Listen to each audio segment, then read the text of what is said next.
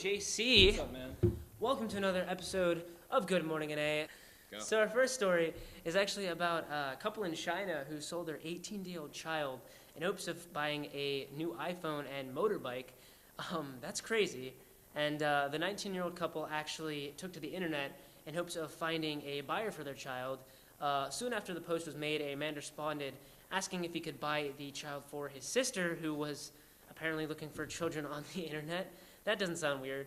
It didn't take long for authorities to respond and actually apprehend all three of the people involved.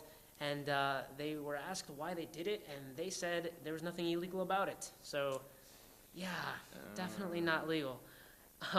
They've all been sentenced to 3 years in prison, and the fate of the baby is unknown. So, JC, what's our next story? Continuing the trend on really weird news.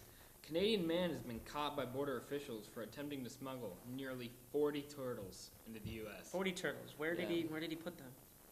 In his pants. He taped them to his leg. What if they bit his knee or something? Let's not talk about technicalities.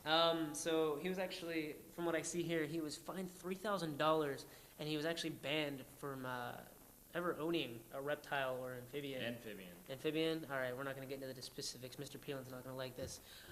So, yeah, 10 years. So what's our final story, JC? California, the search is on for a 51-year-old woman who was involved in a police chase this past week. She escaped officers in a van that closely resembled the Mystery Machine from Scooby-Doo. Wow, that's really weird. Yeah, she got a bunch of traffic violations for, running away. She ran a couple of red lights. She caused 4 accidents, and She reached a speed of over 100 miles per hour. In the Mystery Machine? In 1994 Chrysler Town and Country. All right, that's... close enough. It was painted to look like the van. Makes sense.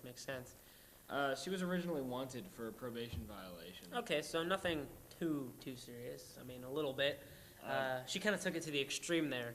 Yeah, so apparently the officers were actually originally going to try and stop her by pulling her over, but that didn't work. She took it to the extreme. She kind of went crazy, and that pretty much wraps it up for all of our news stories this week. If you want to check out more awesome NATV content, head over to TigerTurtleMedia.org, and want to check out this month's edition of North Star. Oh, yeah. Anyway, guys, see you next week. Well, actually, you won't, because we'll be in New York.